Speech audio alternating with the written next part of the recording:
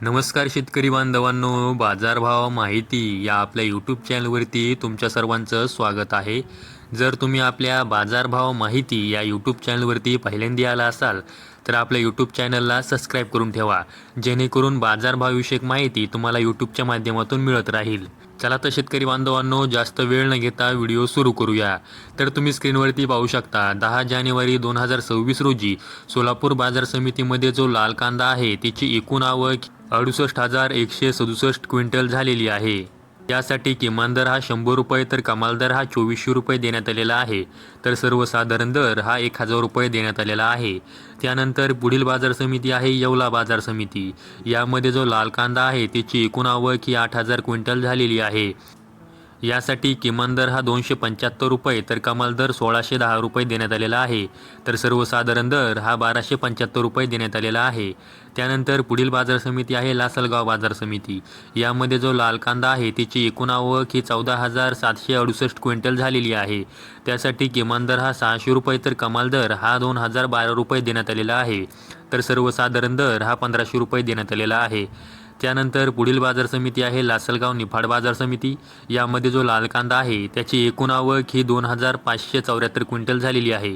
त्यासाठी किमान दर हा 851 रुपये तर कमाल दर हा 1725 रुपये देण्यात आलेला आहे. तर सर्वसाधारण दर हा 1500 रुपये देण्यात आलेला आहे. त्यानंतर पुढील बाजार समिती आहे लासलगाव विंचूर बाजार समिती. यामध्ये जो लाल कांदा आहे त्याची एकूण आवक ही 8,138 क्विंटल झालेली आहे. त्यासाठी किमान दर हा 600 रुपये तर कमाल दर हा 1755 रुपये देण्यात आलेला आहे. तर सर्वसाधारण दर हा 1460 रुपये देण्यात आलेला आहे.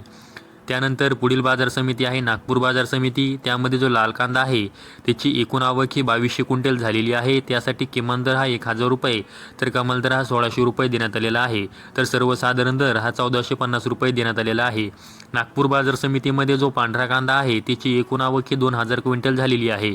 त्यासाठी किमान दर हा 1500 रुपये तर कमाल दर हा 2000 रुपये देण्यात आलेला आहे. सर्वसाधारण दर हा 1875 रुपये देण्यात आलेला आहे. त्यानंतर पुढील बाजार समिती आहे चांदोड बाजार समिती. यामध्ये जो लाल कांदा आहे त्याची एकूण आवक ही 9200 क्विंटल झालेली आहे. त्यासाठी किमान दर हा 516 रुपये तर कमाल दर हा 1901 रुपये देण्यात आलेला आहे. तर सर्वसाधारण दर हा 1380 रुपये देण्यात आलेला आहे. त्यानंतर पुढील बाजार समिती आहे नाशिक बाजार समिती. त्यामध्ये जो पोळ कांदा आहे त्याची एकूण आवक ही 2805 क्विंटल झालेली आहे. त्यासाठी किमान दर हा 550 रुपये तर कमाल दर हा 1800 रुपये देण्यात आलेला आहे. तर सर्वसाधारण दर हा 1450 रुपये देण्यात आलेला आहे. त्यानंतर पुढील बाजार समिती आहे पिंपळगाव बसवंत बाजार समिती. त्यामध्ये जो पोळ कांदा आहे त्याची एकूण आवक ही 17,100 क्विंटल झालेली आहे. त्यासाठी किमान दर हा 500 रुपये तर कमाल दर हा 1900 रुपये देण्यात आलेला आहे. तर सर्वसाधारण दर हा 1400 रुपये देण्यात आलेला आहे. त्यानंतर पुढील बाजार समिती आहे कोल्हापूर बाजार समिती. कोल्हापूर बाजार समितीमध्ये कांद्याची एकूण आवक ही 9,293 क्विंटल झालेली आहे. त्यासाठी किमान दर हा 500 रुपये तर कमाल दर हा 1900 रुपये देण्यात आलेला आहे. तर सर्वसाधारण दर हा 1200 रुपये देण्यात आलेला आहे. त्यानंतर पुढील बाजार समिती आहे छत्रपती संभाजीनगर. त्यामध्ये एकूण 2,712 क्विंटल एवढी कांद्यांची आवक झालेली आहे. त्यासाठी किमान दर हा 550 रुपये तर कमाल दर हा 1600 रुपये देण्यात आलेला आहे. तर सर्वसाधारण दर हा 1075 रुपये देण्यात आलेला आहे.